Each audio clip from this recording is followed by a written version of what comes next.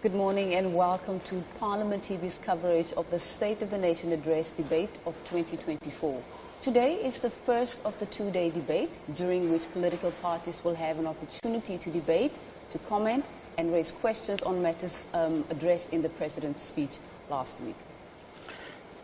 We are indeed live from the Cape Town City Hall, which will continue to serve as the precinct of Parliament until after the President's reply to the debate on Thursday.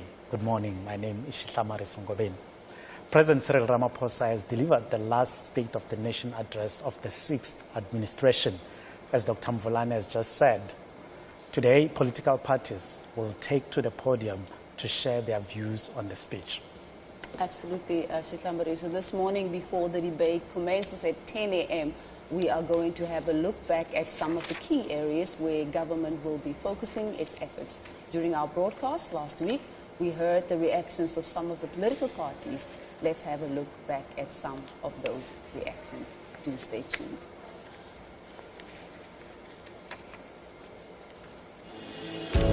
Okay. One of the worst injustices of apartheid was the manner in which education was used as a tool to perpetuate inequality and exploitation of black people. Over the 30 years, we have sought to use education as a tool to create equality and to empower our people. Our basic education outcomes are steadily improving across a range of measures. The latest matric pass rate at 82.9% is the highest ever achieved.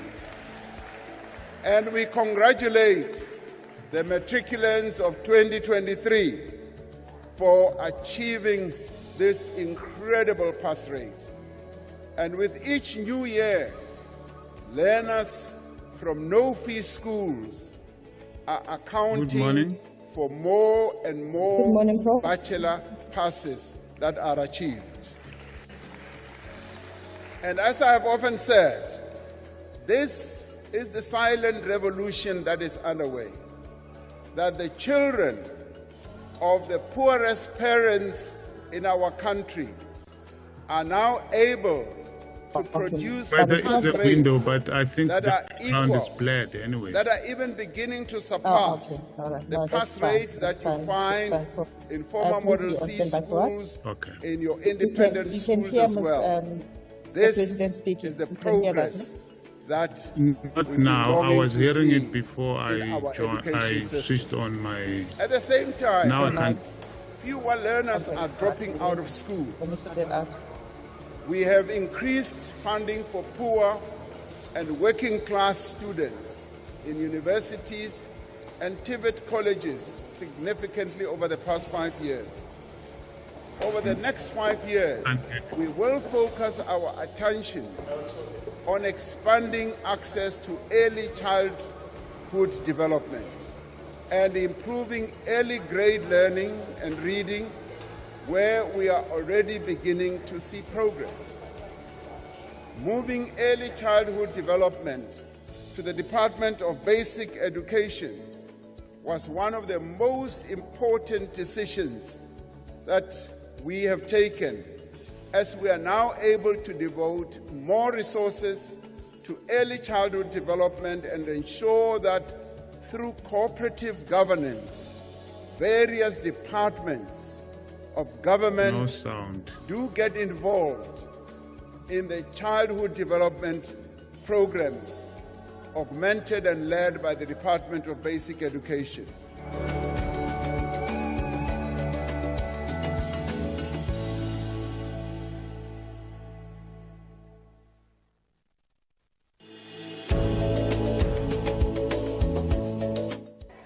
One of the most visible, impactful and meaningful achievements of the first 3 decades of freedom has been in providing homes to our people. Today, nearly 9 out of every 10 households live in a formal dwelling. as said by the Statistician General. Where there were once shacks and mud houses with thatch roof, there are now homes of brick and mortar. There are homes with water to drink and to wash with, homes with electricity for lighting and cooking. At the end of apartheid, only 6 out of 10 people had access to clean water. Today, the figure has increased to nearly 9 out of 10 South Africans. We are working to ensure that subsidized housing is located close to work, close to education and other services. But for services to be delivered, local government has to work. Now, when it comes to housing, we are also embarking on new and innovative funding mechanisms. We have tested this in the Northern Cape, where we are doing what we call front-loading. And we launched together with Premier Zamani Sol a project that will result in 4,500 houses for R1 billion funded through the Development Bank of South Africa. Now, this is an innovative way, and we are now putting into practice these new methods of funding infrastructure to enable us to ramp up infrastructure so that the infrastructure build can power our economy and create more jobs.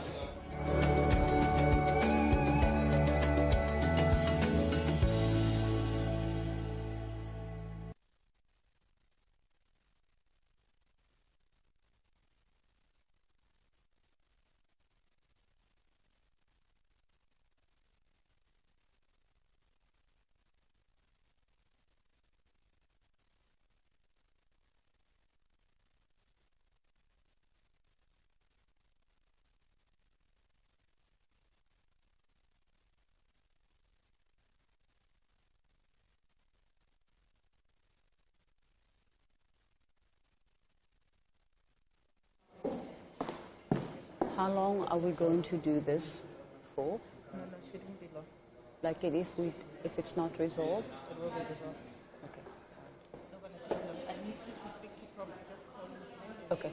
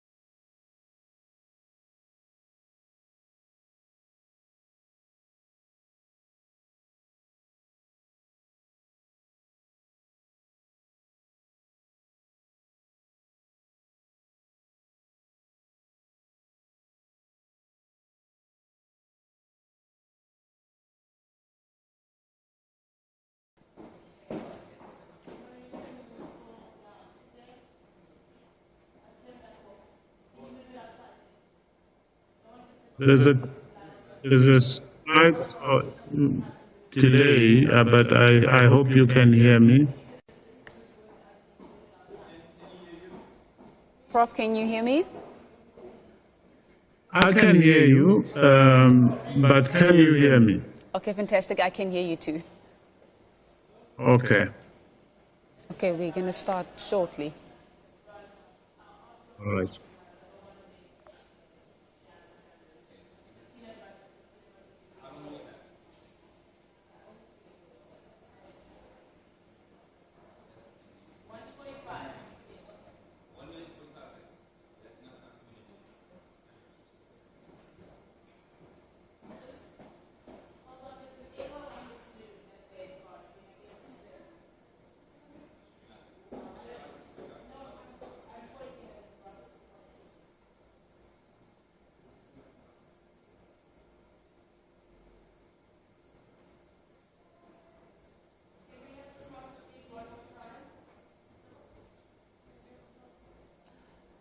Good morning, Prof. Can you hear me?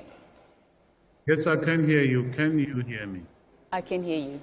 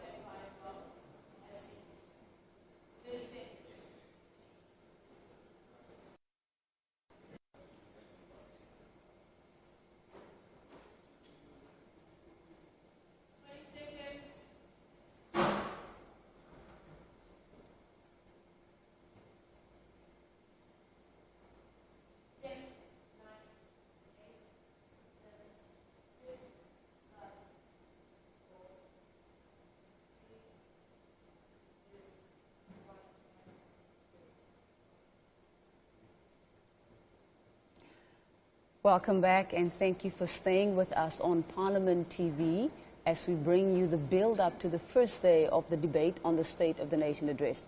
I am pleased to be joined now by Professor Tinyiko Maluleke, who is the Deputy Chairperson of the National Planning Commission. Prof is a leading and an internationally recognized researcher in his field, specializing in religion, politics, as well as Black and African theologies. He is now joining us via Zoom platform. Prof, welcome to the platform, and thank you very much for making the time to be with us this morning rather.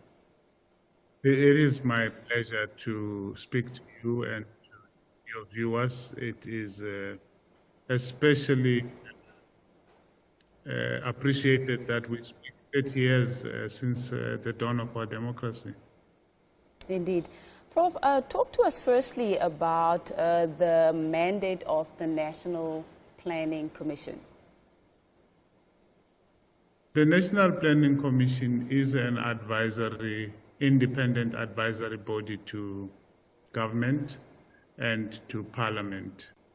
Its role is to ensure that the National Development Plan is at all times used to guide us as we travel from where we were in 1994 to where we want to be in 2030.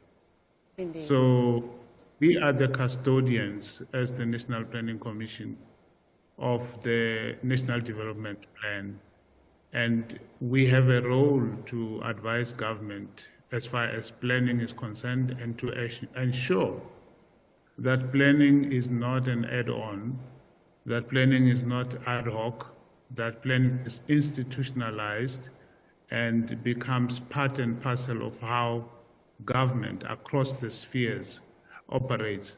Now, as you know, the National Development Plan is the only plan that the country has that is cross-cutting, that has been adopted by Parliament, that contains the blueprint of the developmental trajectory that has been adopted by the country. And it's our role to take care of that, but not just in relation to government, but also in relation to the citizenry. We have a role to ensure that the National Development Plan is not just a document that belongs to government, but it is one that the citizens of the country will take ownership of and call everyone to account if there is deviation that is unacceptable from the plan as outlined in the NDP. Indeed.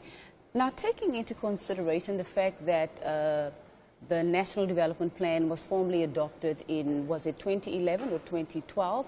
Obviously, prior to that, there were some planning instruments in place that were used to guide the work, the planning processes of government.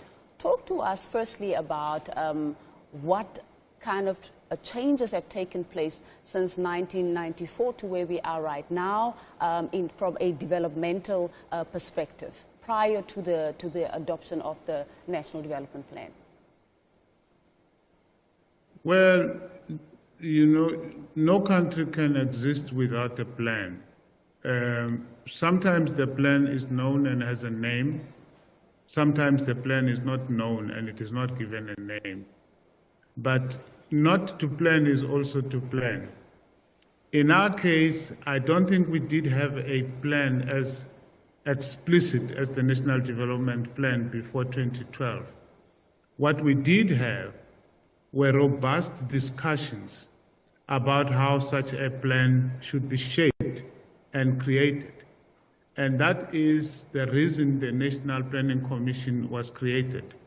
That alone is a sign of the desire to plan and also a sign of the kind of planning that we wanted to have. Because as soon as discussions began around the creation of National Planning Commission, Minister Trevor Manuel was very central to that during the time of President Zuma, of course. And the current president himself became the deputy chairperson of the Planning Commission at that time. So the idea, the planning had already started. You could argue that the Constitution itself of 1996 is perhaps the initial plan, if you want to stretch the idea of a plan further. Indeed. You could go back to the Freedom Charter if you want. So we were not without plans or visions or ideas of where we want to go. But what the NDP did was to bring it all together and bed it down to specifics with targets, with objectives, with timelines, starting from 2012 up to 2030. Now, when we look at the impact of the global financial crisis and the profoundly negative impact that it had on South Africa's economy between 2007 to 2008, and then obviously what subsequently took place in 2018 when we went into the technical recession, and of course we found ourselves being heavily impacted by the COVID-19 pandemic in 2020. Talk to us about how those shifts have made it a bit challenging to implement the proposals of the National Development Plan in the last 10, 15 years. Certainly, those are some of the factors, if you like, some of the curveballs that were thrown our way on the road, as it were, to 2030. Now, this is the thing about a plan. When you have a plan, you have a destination, but you can't predict all the things that will happen along the way. Indeed. You can't tell what the weather will be like when you reach the first milestone or the second milestone. But the fact that you have a plan helps you always to know where you want to go and how bad do you want to go where you want to go. So we had the economic crash in the mid-2000s, which affected not just our country, but the whole world. Absolutely. And it's a real setback as far as our economy is concerned. But I must say that we recovered very well after 2008. Our economy did pick up, and there was growth in the economy, especially between 2008 and 2012. So we did get a knock. COVID-19 was something else. It certainly brought us to a halt, but we never stopped dreaming. We never stopped pushing for where we want to be in 2030. I was listening to the Statistician General giving a report recently at the, I think it was at the ANC January 8 statement, the pre-colloquia that were there, and he indicated that already there are signs that our economy is recovering from COVID-19, but it is, of course, a slow process. So that's the thing about planning. You plan to go to Durban or to drive to Cape Town, and then it rains along the way, or there are rocks on the road, and you have to take a detour.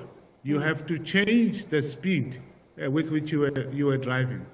But you dare not give up on getting to the destination. I think that's our role as the National Planning Commission, to say to the country, to say to government, we deserve the country we dreamt of. We are going to push towards it. We will not be able to remove all the obstacles because we can't, but we will always push forward. Now, Prof, we know that the Planning Commission has recently released a report outlining and citing the slow progress that has been made towards implementing the proposals and the provisions of the National Development Plan. I'm asking you to firstly touch on the achievements, because there's always this inclination to talk about what is going wrong with the country instead of also emphasizing the things that we are indeed doing right. And of course, in the current climate where South Africans are finding themselves becoming more and more impatient, particularly given the fact that there is obviously this narrative that says that we have not moved nearly as fast enough in terms of achieving, what is contained in the National Development Plan. Touch quickly for us, and obviously for the sake of our viewers as well, on some of the achievements that we've made, especially since the adoption of the National Development Plan in 2012. Yes, I will touch on some of the achievements, but first let me put in what I believe is an important qualifier. One of the mistakes we do when we have this conversation is to think in binary terms, to think that those things that we have done well are completely de-linked from those things that we have not done well, and vice versa. Indeed. Sometimes the good things we have done, the great achievements we have done, lie buried in the things that we have not done so well, and vice versa. The good is in the bad, and the bad is in the good sometimes. Because as soon as you achieve the building of many houses, for example, which is one achievement, then you have to bring in infrastructure. People are going to say, we have the houses, but we don't have water. Indeed. As soon as you build roads, people will say, we have the roads, but we can't afford the cars. And as soon as they afford the cars, they say, we have the cars, but the roads are not good. There are potholes in the road. So it's not as if the achievements can be tied up nicely and put aside and separated from the challenges. And I think that's a very important thing. But that said, let me try and respond to your question, to be fair. So think about the massification of education, especially higher education. I think we have done pretty well there.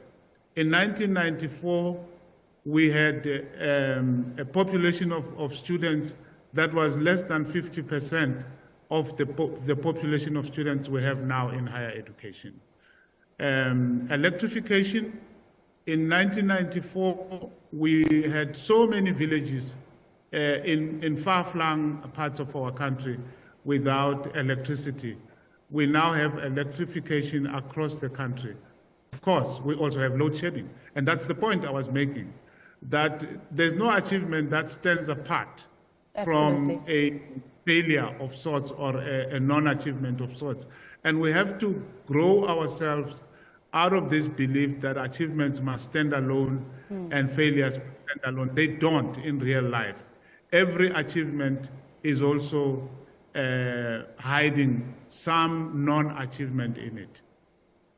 Absolutely. Talk to us now about some of your concerns as per what you have raised in your recent report regarding the slow pace of implementation when it comes to these key priorities as contained in the National Development Plan and this approaching deadline of 2030. That's a very key word, implementation.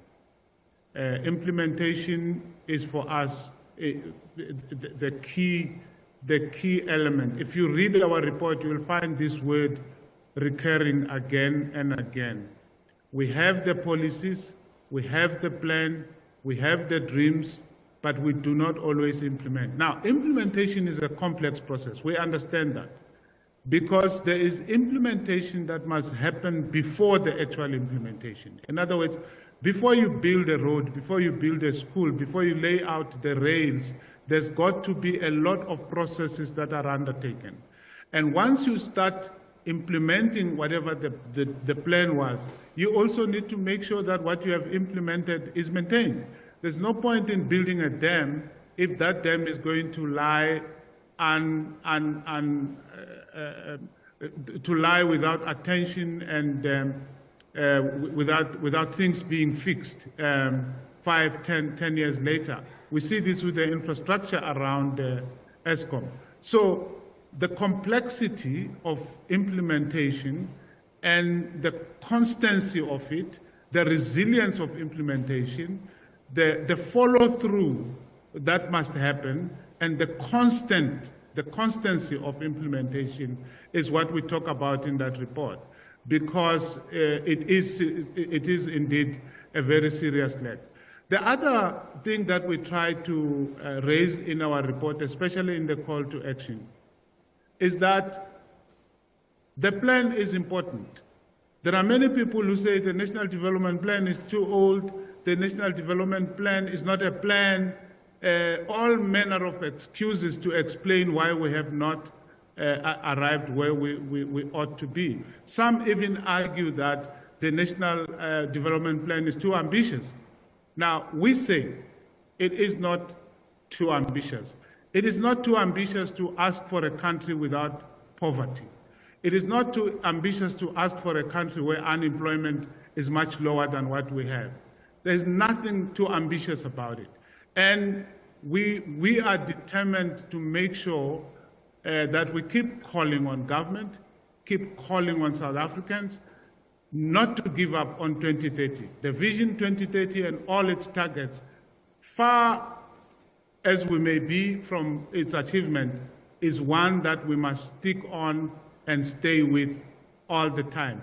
And if 2030 comes, we are 4-2, 5-2, or even 22, or reaching our targets, we must still push on and make sure that we reach those targets. That country that we dreamt about is the country that Mandela was talking about when he says, in his inauguration, when he said that he is working for a country where there will be jobs, work, and food and salt for all. That's really what the plan is all about. So we showed how we have failed to reach some targets, but we have not given up on the reaching of those targets as the National Planning Commission. Now, Prof, the President, as you know, has recently, a few days ago, delivered his final State of the Nation address of the 6th dispensation. And of course, many have lamented that they feel that there's not enough detail in that. But of course, when we look at the key priorities as contained in that speech, we can see that it is still in line with the thematic areas of those 7 priorities, of the MTSF and the 7 priorities. Talk to us firstly about how the National Planning Commission is going to support the 7th dispensation, particularly in terms of ensuring that the plans of the National Development Plan still find expression in going forward. Well, for us, this is the most crucial time. In fact, the time of the 7th administration is very crucial. It is, if you like if you were running a marathon and you are now nearing the last lap of that marathon. We are going towards the finish line, and the finish line of 2030. And the job of the 7th administration is to make sure that in the final push, the country gives its best effort in ensuring that the big problems of the country are addressed, those being unemployment, poverty, and now we have to add corruption to the list, and inequality. So those for us are going to be the priorities that we are going to support the 7th administration to make sure that they tackle. They have not been identified by us. They were identified, of course, by the first National Planning Commission when the NDP was crafted. And we believe that in these last mile, as it were, towards 2030, we should really give it our best. And we're going to make sure that government does not forget the plan. Because if there are too many plans, competing plans, we will not achieve much. And if we keep pushing the plan aside, removing it from the center, replacing it with many short-term plans, the short-term plans must be related to the long-term plan. That's the other thing that we are going to insist on. Of course, we would like government to be mindful of the plan and to refer to it all the time. We are not sure that this always happens. We think that sometimes the plan is forgotten and replaced by shorter-term plans of convenience that have to do with whatever the short-term need might be. And that is a mistake that we are going to constantly call government to not do. We don't think that we would be where we are with load shedding, with the infrastructure problems in our roads and everywhere, in our ports, if we had kept to the plan and kept it at the center. And that for us, if we can achieve that in the next, during the reign of the 7th administration, if we can get them to keep the plan in focus, we will have succeeded in our job. Wonderful. Prof, unfortunately, that's where we have to leave it for now, but I want to take this opportunity to thank you once again for making the time to be with us here on Parliament TV. Thank you very much. Fantastic. Prof Maluleke is the Deputy Chairperson of the National Planning Commission, and he's just given us insights in terms of the importance of the National Development Plan and how this plan has been crafted for purposes of ensuring that we give expression to all of the developmental goals that we have as a country. And of course, we know that there's still so much that has to be done. But of course, we've come a long way as a country. There's much more still to be done, and issues of social compacting and partnering up and ensuring that there is adherence and paying attention to detail and ensuring that all of the priorities as outlined in the plan are indeed implemented. With that said, do stay tuned.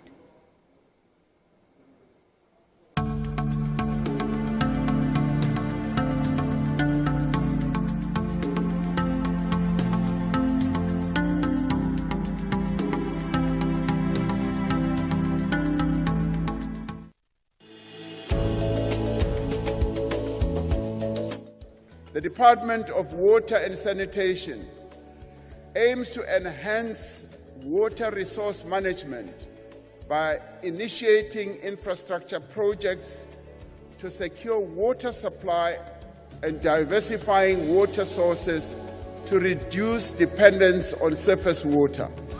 Water being such a major challenge in our country, this is actually answering to the need of our people just to have water. Bulk water projects are under construction across the country to improve water supply to millions of residents in villages, towns, and cities. The following water infrastructure projects are now in progress or have been completed. The Lesotho Highlands Water Project, which is going to invest up to 40 billion rand, is now in progress. Umzimvubu, that we've been talking about for years, has now commenced.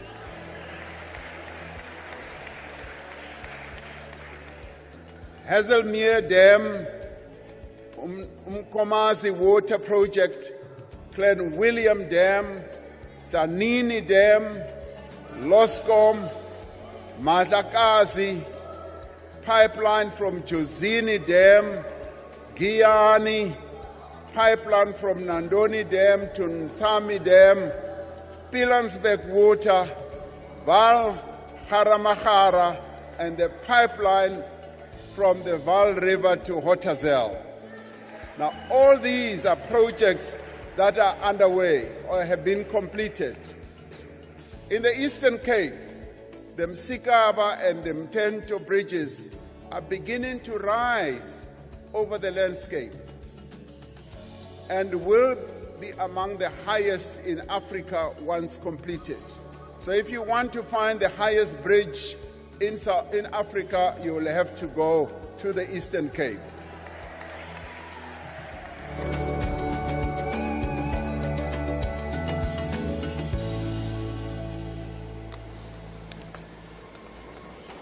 Welcome back. You are still watching Parliament TV. We are coming to you live from the Cape Town City Hall, where we are building up to the reply to the President's State of the Nation address, which is scheduled to start in about under an hour.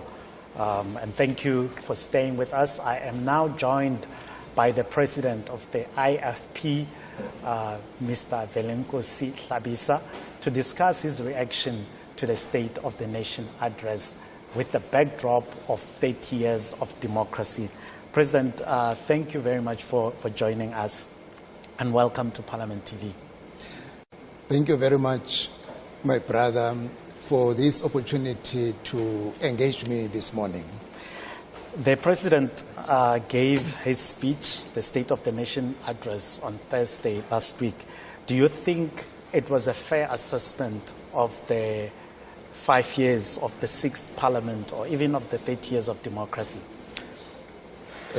My brother, the State of the Nation address by the President last week, unfortunately, was not an honest nor a fair assessment of the past 5 years and also of the past 30 years.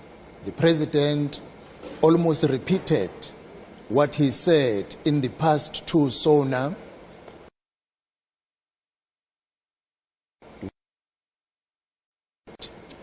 The address was not inspiring. It had no solutions. And the most of the things he was speaking about, if you go outside, a very simple one. He said they are closer with a plan to deal with load shedding. Just a day or two, we were sitting on stage 6.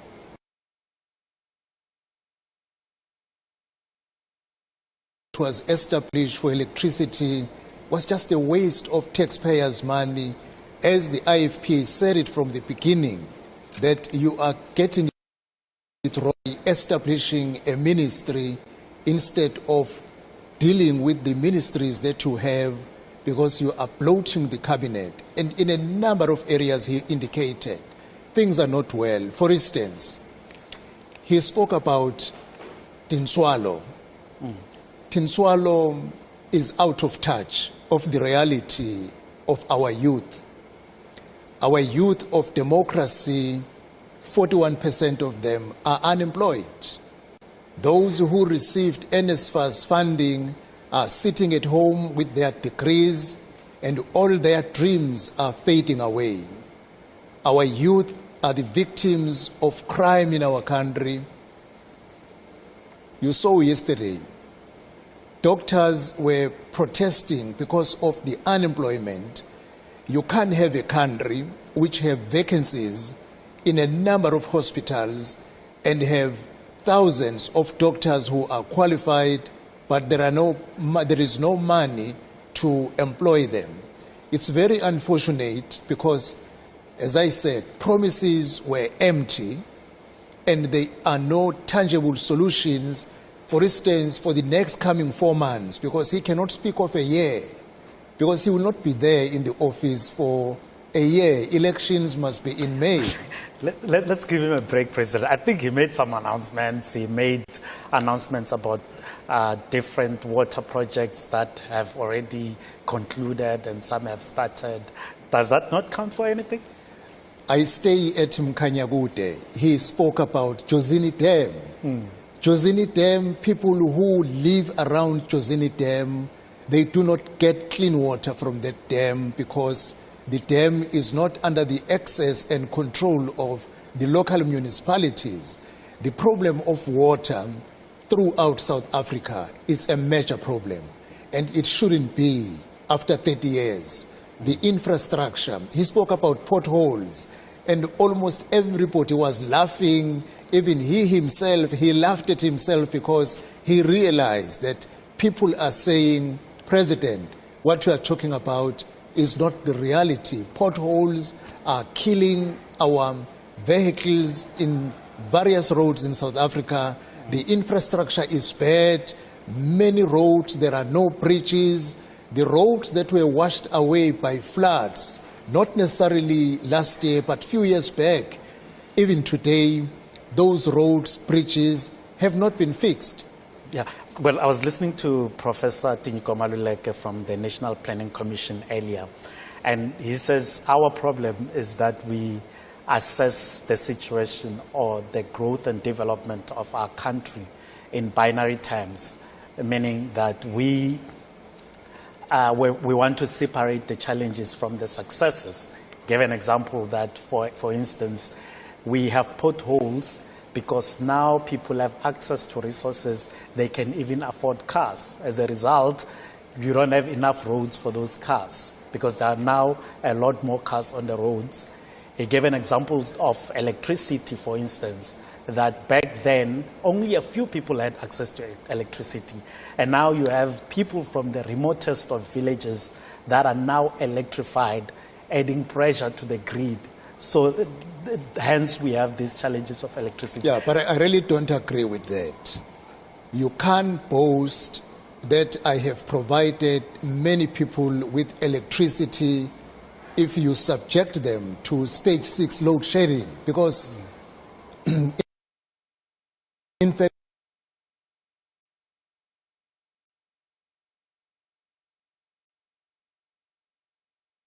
concentrate on the infrastructure,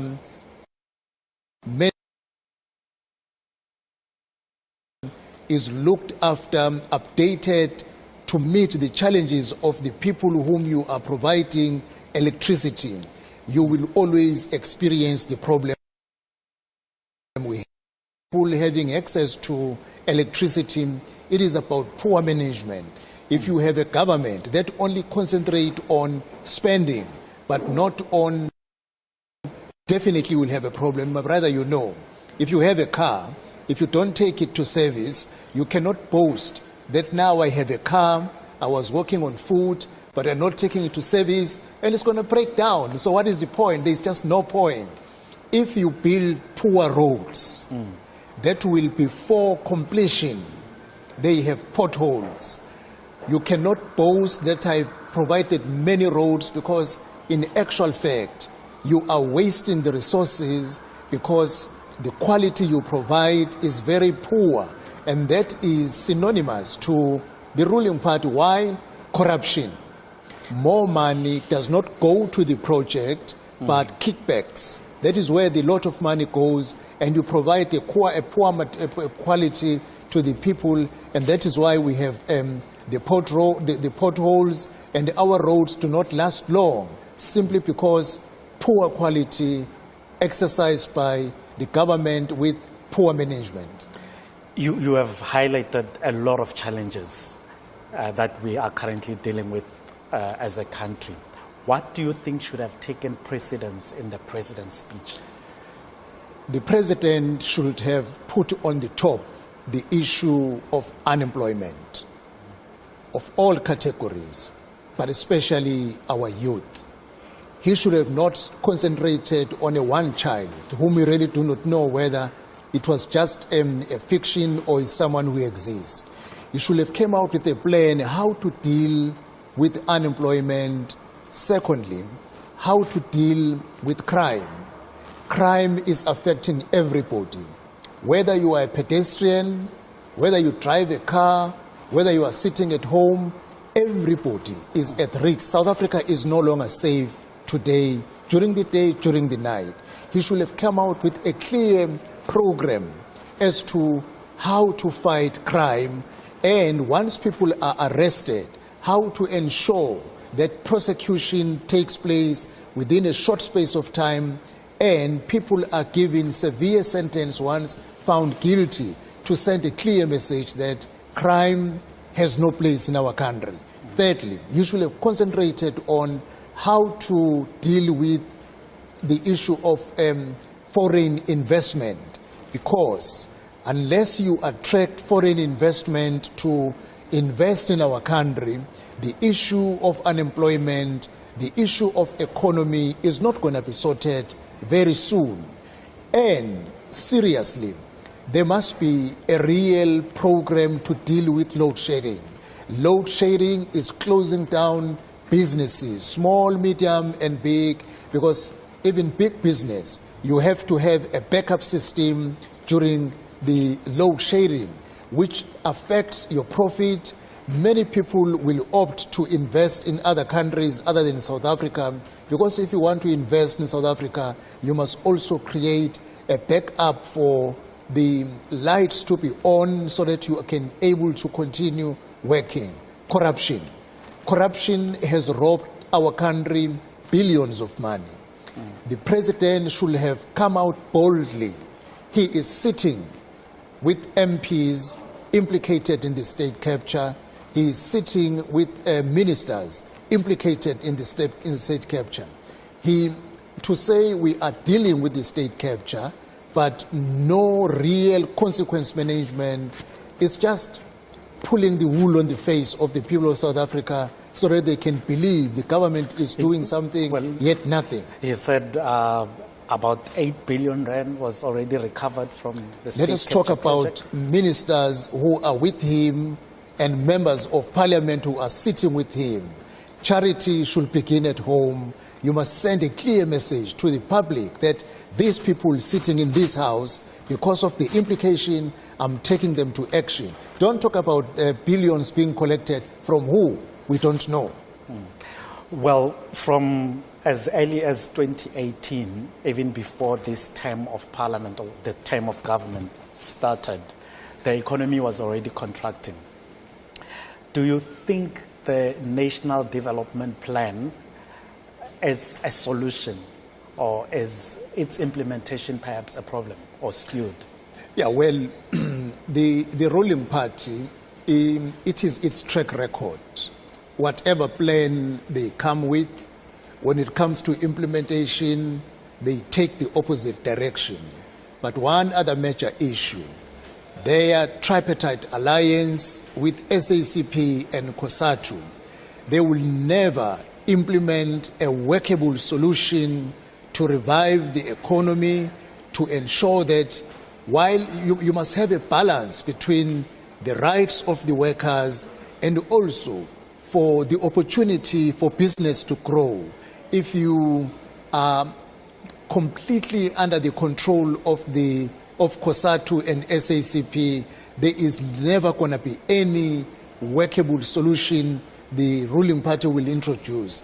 You see, during the period of Madiba, he went to the conference of COSATU, and they said they do not want gear, but President Mandela told them that, hey, look, the gear is what I'm going to introduce because I want to revive the economy of our country.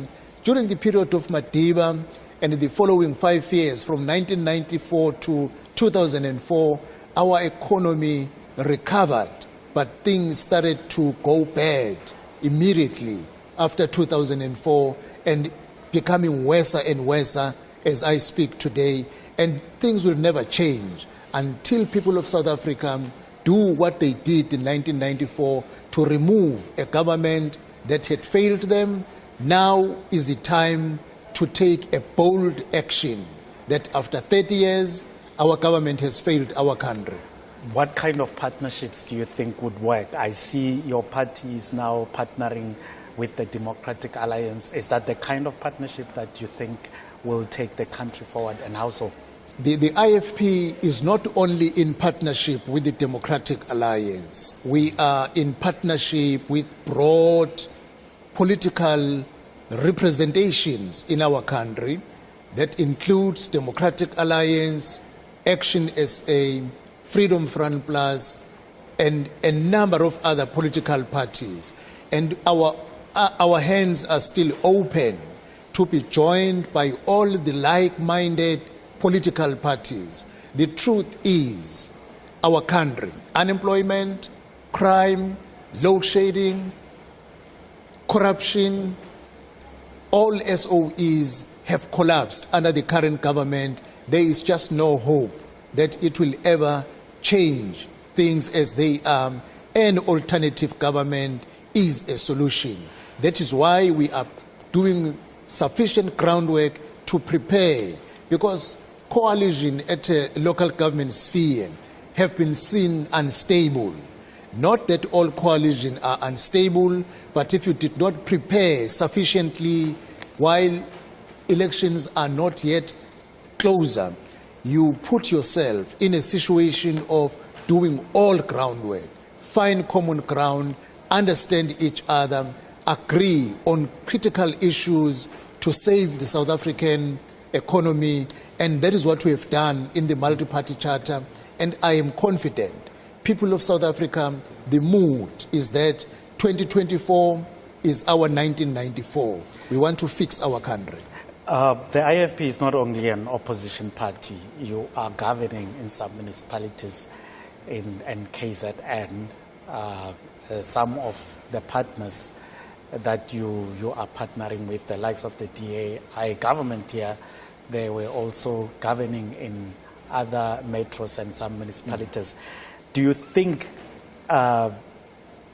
with South Africans beginning to be tired of political parties, regardless of which party one represents, do you think going into this next election that is fast approaching, we await the date to be announced, do you think a lot more people will go to the ballot with confidence?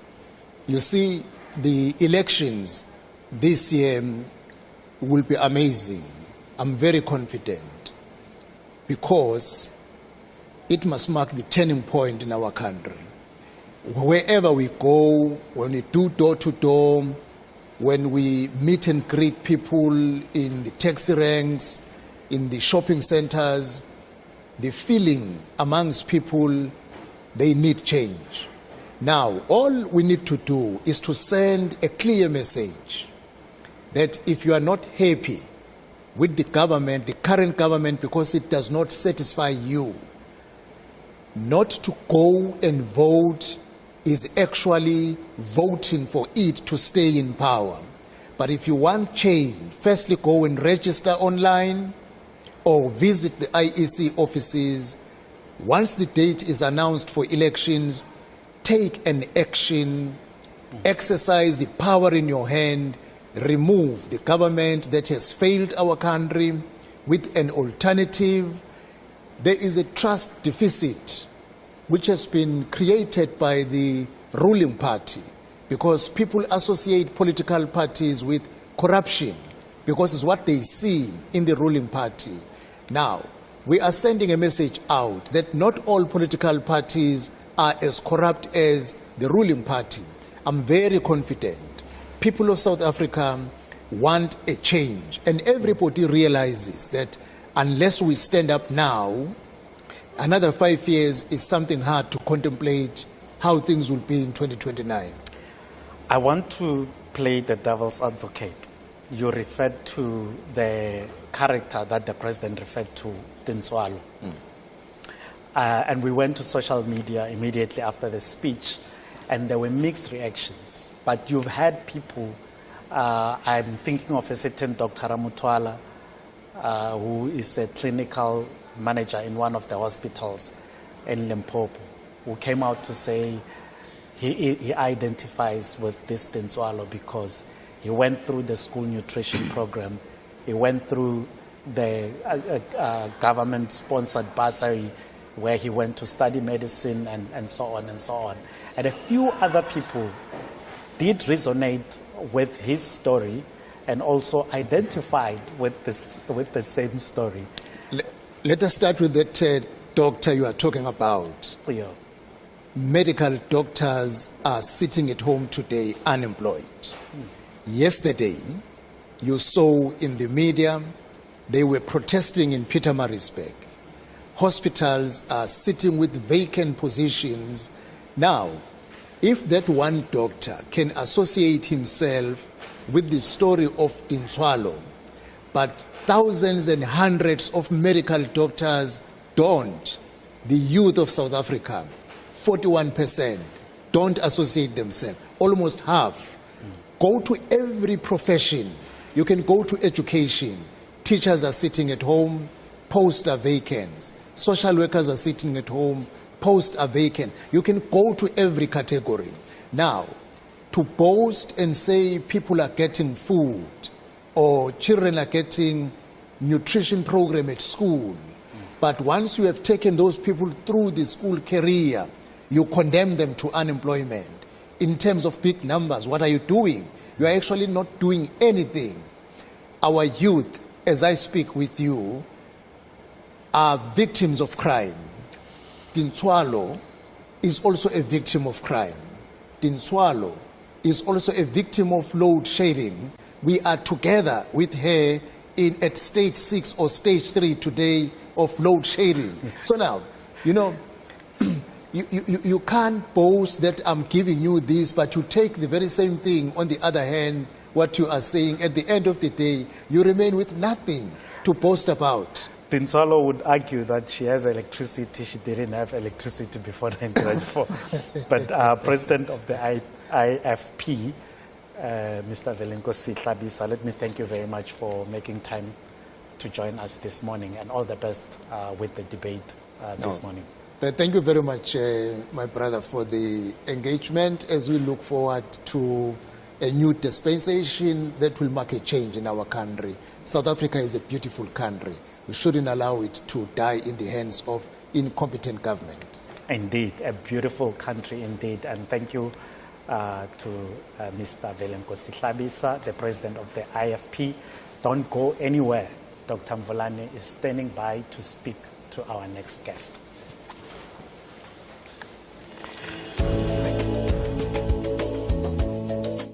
In our freight logistics, we are taking action to improve our ports and rail network and restore them to world-class standards. We have set out a clear roadmap to stabilize the performance of Transnet and reform our logistics system. Working closely with business and labor, we have established dedicated teams to turn around 5 strategic corridors that transport our goods for export purposes. The number of ships waiting to berth at the Port of Durban, which has experienced severe congestion in recent months, has reduced from more than 60 ships in mid-November to just 12 ships at the end of January. Now, that represents progress. Transnet has appointed an international terminal operator to help expand and improve its largest terminal at the Port of Durban. And we are overhauling the freight rail system by allowing private rail operators to access the rail network. With the current conflict in the Middle East affecting shipping traffic through the Suez Canal, South Africa is well positioned to offer bunkering services for ships that will be rerouted via our shores.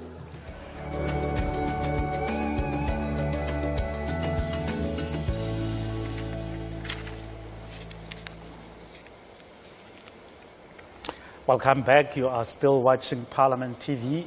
I am now joined on Zoom by the leader of the Al Jamaa, Mr. Hanif Hendricks. Good morning, Honorable Hendricks, and thank you for joining us this morning on Parliament TV. Oh, it's a pleasure. Thank you. It's always a pleasure talking to you. The President delivered his State of the Nation address last Thursday. What's your assessment of the 5 years of the 6th Parliament and of the 30 years of democracy? Do you think it was a fair assessment of this period by the President? I think that the President gave quite an excellent analysis of what has been achieved over the last 30 years. Al-Jamaah's position has been that we should support a political party that has its of the liberation struggle. And having been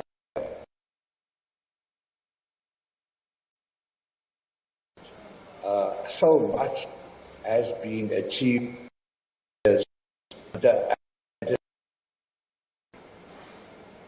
brought to our attention is just how bad apartheid left South Africa. So apartheid left South Africa in such a bad state that although many successes, and if you refer to some of them, have been made over the last 30 years, there is so much more to be done. So when we look at the example at the issue of water, so much has been done in water, but if you go to Bushbuckridge today, the former Deputy President put a tap in every yard in Bushbuckridge. If you open the taps today, there's not a drop of water in those taps. If you visit, and we visited about 20 villages that only have as a source of water the river, no water treatment plants, very few boreholes, you will find that residents have to throw stones at dogs and animals so that they can go into the water and fill their bucket and carry it long distances. So the reality is that although much has been done in water, the President doesn't seem to have been told that there is still a lot to be done, and people are also dying of thirst. People are drowning in these rivers. In Matubatuba near Richards Bay, for example, every month there are 2 drownings because that river is so fierce. So that is as far as the issue of the water is concerned. So when it comes to the last 5 years, and while a lot has been done in the 30 years, and if you look at it at a high level, in the last 5 years, when I was asked by a SABC TV reporter, score the President, I could only give him 6 out of 10. But then that was a high-level response, a response on the spur of the moment. If we look at the President's position on events in Gaza, which he spoke about in the SONA as well, the President has brought about winds of change in the world, as the world doesn't have a civilization anyone can be proud of. It is wars, it is genocide. Those leading the Western civilization have let the world down. They are savages, they are barbarians, they are murderers, they are killers, they promote genocide, they kill babies in the year where the UN Convention on Children has said that every child has every right. They have taken away that. So what President Ramaphosa has done, he has set the scenario for a new humanitarian civilization for the world. And because he did that, I have to give the President 10 out of 10. It overshadows any weaknesses that may have come as a result of the 5 years.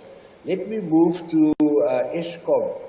The President, I think he made a fool of himself by saying that load shedding will soon come to an end. I don't know who wrote that part of his speech, but that person must be fired.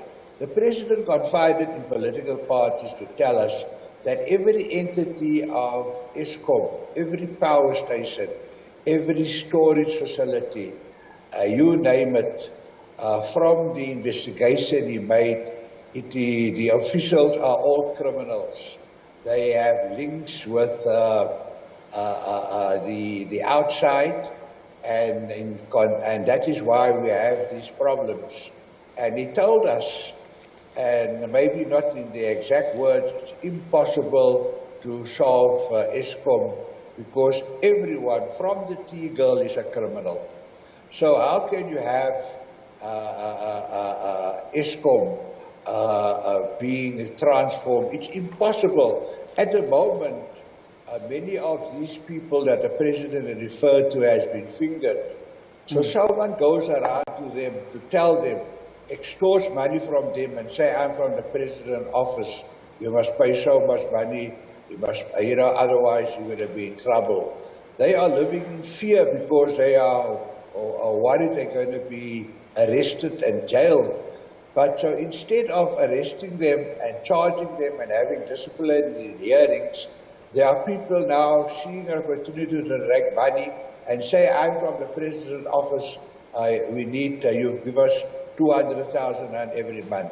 So they continue their looting, they continue their stealing, they continue their contracts with the mafia and the outside world. You go to Lephalale, every person in Lephalale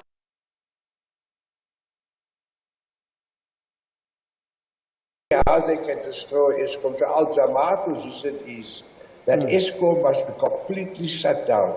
We need a new grid. We need a new infrastructure.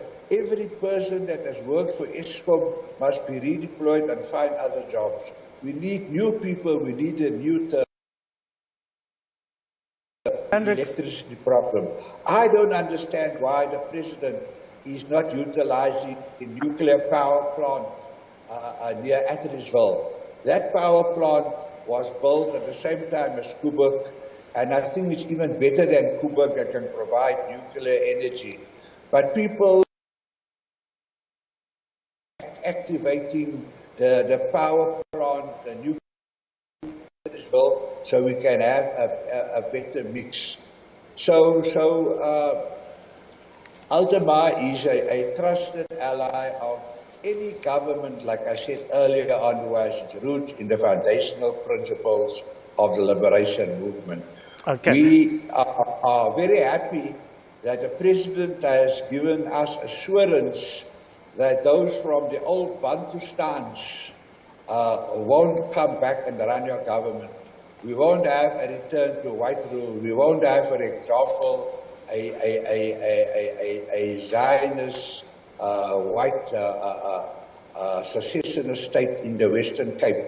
So I think the president has done enough to give the nation a peace of mind that the country is in good hands.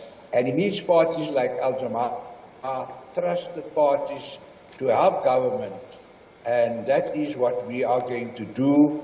And ANC can't govern alone. This is multi-party democracy. They have to work with parties that also has roots in the liberation movement.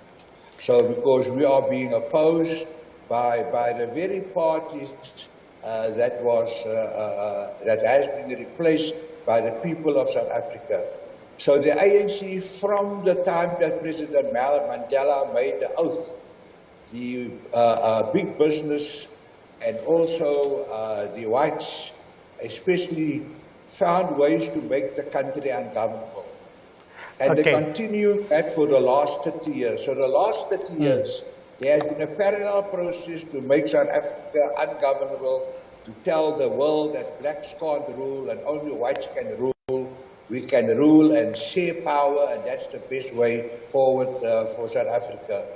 So the 5 years, a lot couldn't be achieved because big business hasn't created jobs. It is their jobs, it is their responsibility to create jobs. The president had to create millions of jobs and use money from the fiscus, but unfortunately it wasn't decent jobs.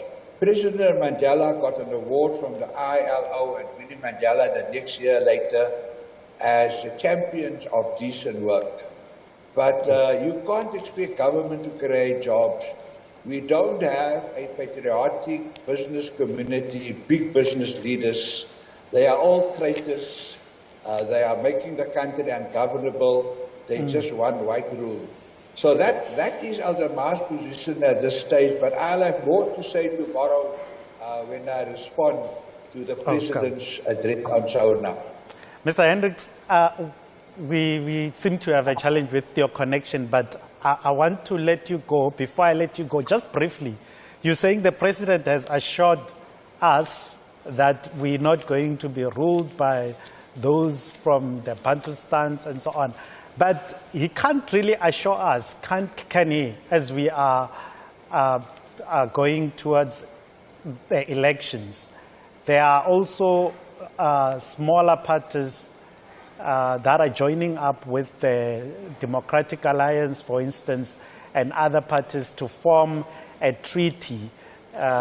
What is your assessment of that, especially because some of these parties seem to have a different international policy, the one that you support, which the ANC has been pushing, especially with regards to the Israeli-Gaza conflict. What's your assessment of a likely coalition government that is led by parties who have a different stance on these international policies?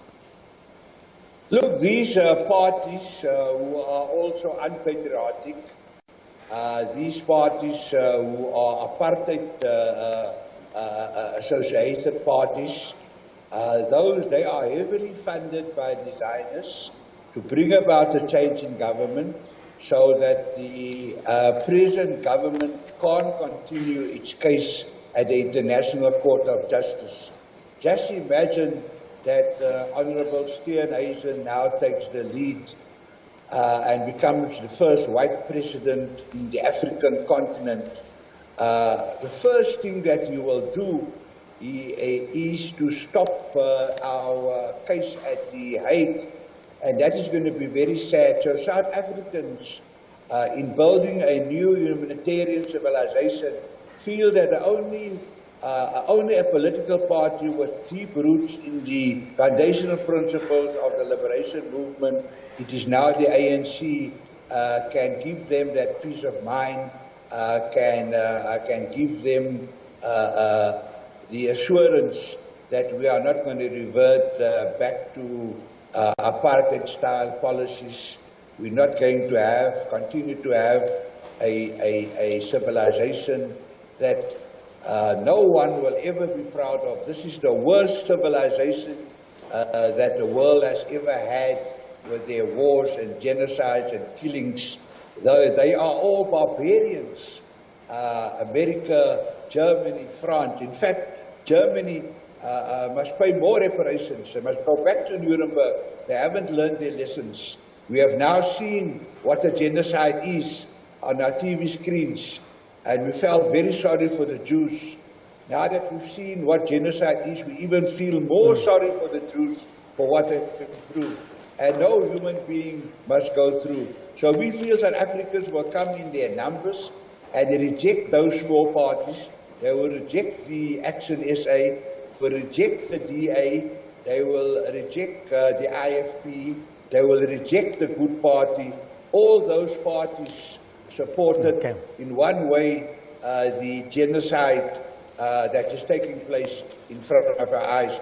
So this is an opportunity for South Africa to show that Ubuntu reigns in South Africa. Our hearts are at our right place, and we are going to bring about a new humanitarian civilization for the world. Definitely. That is going to win the ANC the vote. What President Ramaphosa did. We'll see as we go to the elections, and definitely we are hoping the President will soon announce that date of the election. But let me thank you very much, Mr. Hendricks. We are pretty much out of time, and I see you need to prepare for the sitting now at 10 o'clock. Thank you very much for joining us. That's the President and the leader of Al Jamaa, Mr. Hanif Hendricks, touching on what the President has said, who has also reiterated government's commitment to addressing the country's social and economic challenges and to deliver the basic services that enhance quality of life for all citizens. Government is working to strengthen the capabilities and resources of provinces and municipalities across the country. Let's take a look at this and we return with another interview.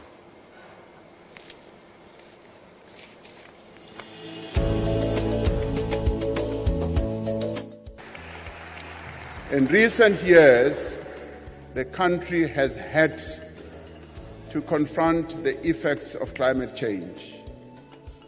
We have had devastating wildfires here in the Western Cape,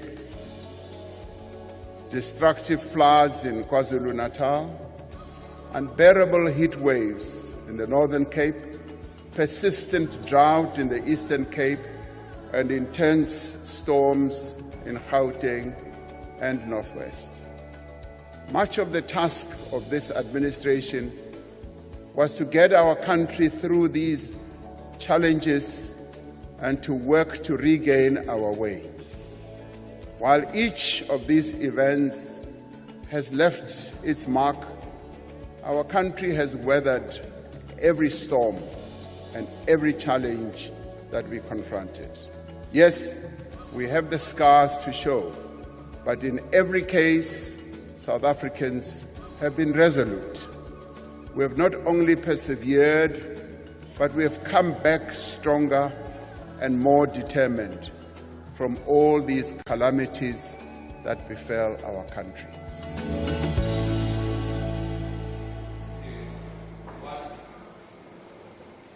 Welcome back and thank you very much for staying with us. You're still watching Parliament TV on DSTV channel 408. We are literally minutes away from the commencement of the SONA Debate, which is starting at 10 a.m. this morning. I do now have the pleasure of being joined by the leader of the opposition in the Western Cape, that is Mr. Cameron Dugmore, to talk to us about his reflections on the State of the Nation address. Mr. Dugmore, thank you very much for making the time to be with us. Thank you. Welcome to the platform. Thank you. Talk to us firstly about the significance of the State of the Nation address, particularly for the people of the Western Cape. The State of the Nation is exactly that. It's the state of the nation. And as much as some individuals and different organizations would want to separate the Western Cape, you might have heard that some people are even talking about a Cape Republic. The DA is talking about devolution and federalism. But the Western Cape is part of the nation.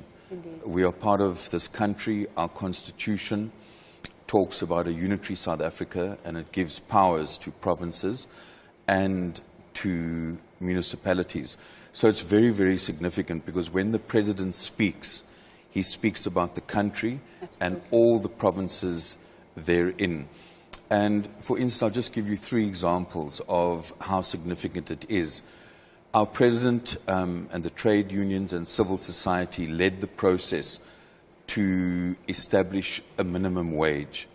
And that minimum wage has assisted over 6 million people across the country and also in this province, particularly domestic workers and farm workers who now have a living wage.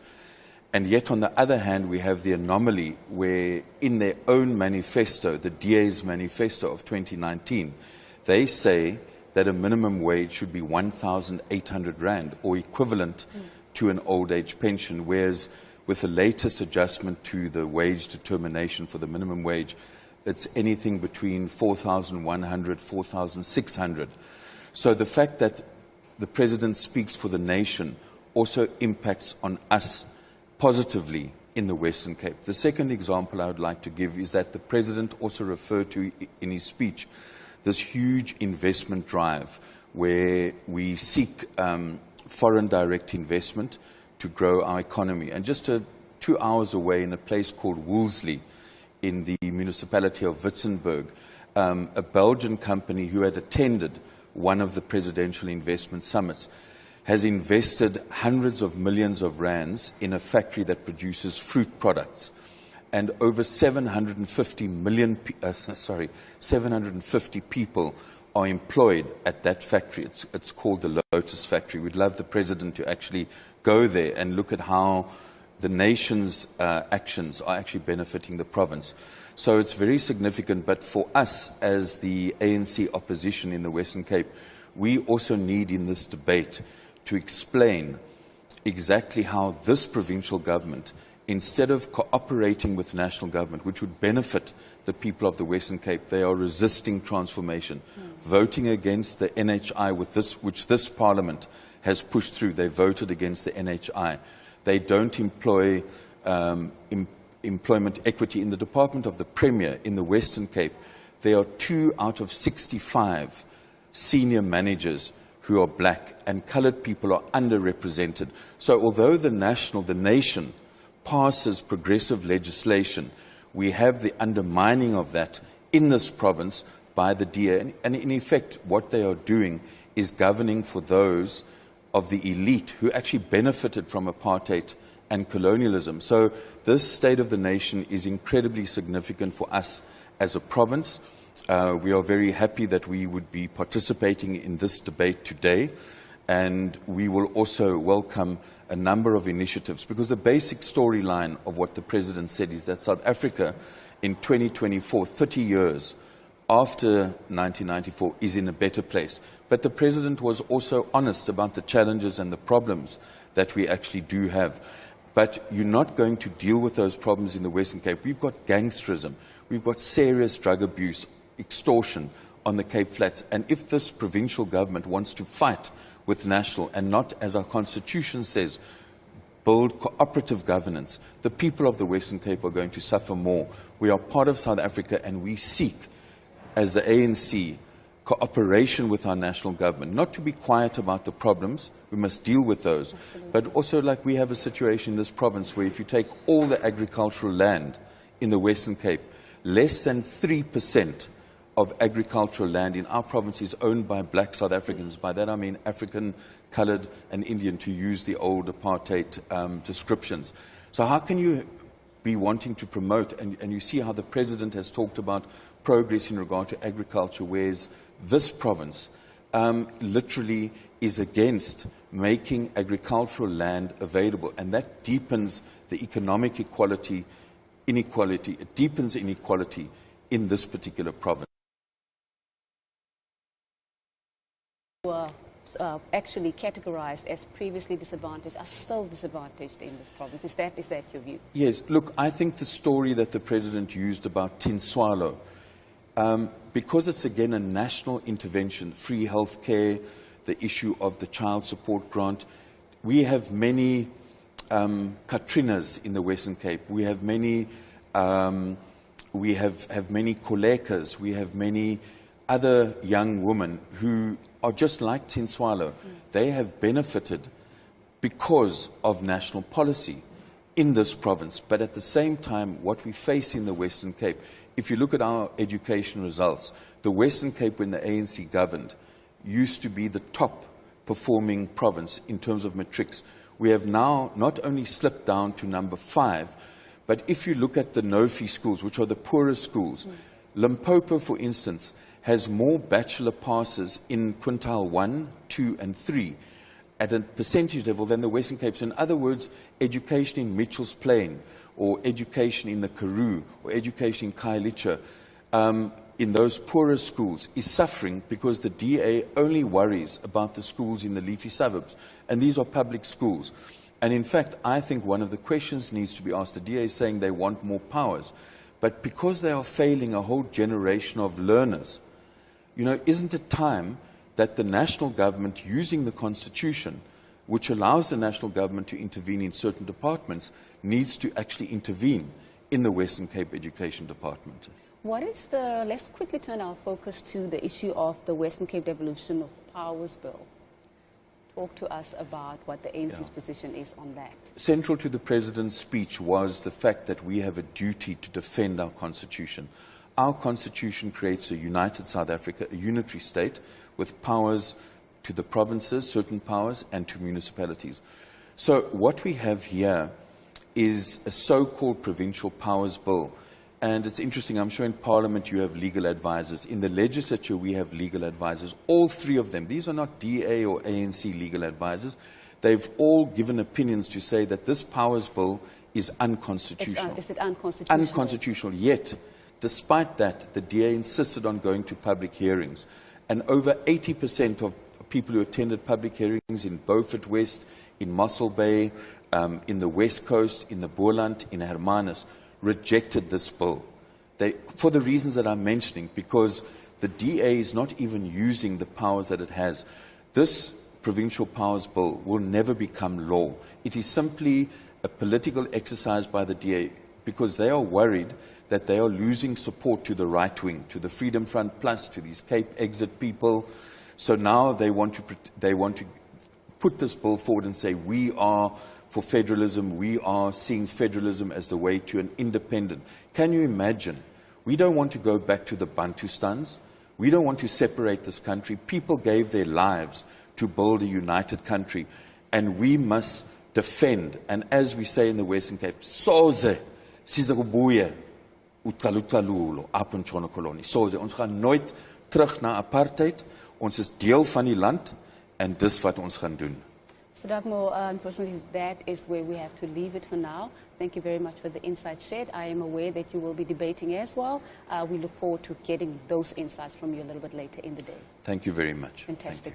Mr. Dagmo is the leader of the opposition in the Western Cape Provincial Legislature, and that is, of course, the African National Congress is the opposition, the official opposition in the Western Cape Provincial Legislature. Do stay tuned. We will be crossing over shortly to the debate, the State of the Nation Address debate, which will be commencing at 10 a.m. sharp this morning. Do stay tuned.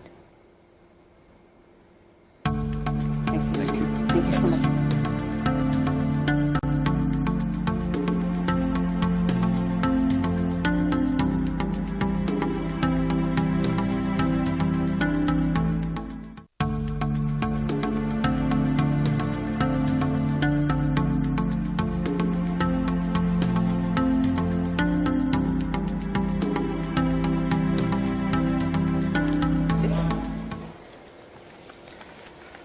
The bells are ringing to call members to the chamber for the first day of the debate on the State of the Nation address. This morning, we have looked at the reactions from various political parties, and this morning, members will be using their allocated times to articulate their party positions on the speech directly to the president, and we are looking forward to that.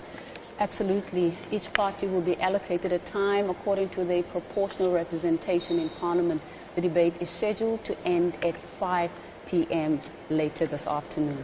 Shihla, we've received so many interesting insights since the President delivered his State of the Nation address on Thursday last week. What are your views on some of the key issues that have come up as pressure points, as has been raised by some of the political parties? I think my views have been thrown along the curb by the comment made by Professor Tinyiko Maluleke from the National Planning Commission. And he said we tend to look at the growth of the country in binary terms, meaning that we want to isolate the challenges and the failures from the successes. Mm-hmm. And he's saying some of these failures come as a resistance. If you begin to electrify villages and a lot of people who were previously excluded from the mainstream economy, people who didn't have electricity, and now you begin to have a lot of them added to the grid. That puts pressure on the grid, and that's why we have challenges such as load shedding. Absolutely. I also think it's important for us to create the broader context. We must also reflect on the fact that South Africa emerges from a time of more than 300 years of colonialism and apartheid. And in the last 30 years, we can say the first 10 to 15 years of our democracy was really about repealing those laws, those oppressive laws, and ensuring that we create the correct legislative framework to ensure that we begin to transform the country, because you cannot transform the country without those laws. Yeah. But I think from a planning perspective, which is another issue that Professor Maluleke as well, that planning is so critical. If we look at some of the key, the comments that have been made, those 7 priorities, the President was still speaking within the context of those 7 priorities of the medium-term strategic framework. And in going forward, in the 7th Parliament, the National Development Plan will still be relevant because it has been structured based on research, on findings that have been thoroughly researched by thought leaders and academics. With that said, we are actually going to have to be crossing live over to the debate, which will be starting any minute now.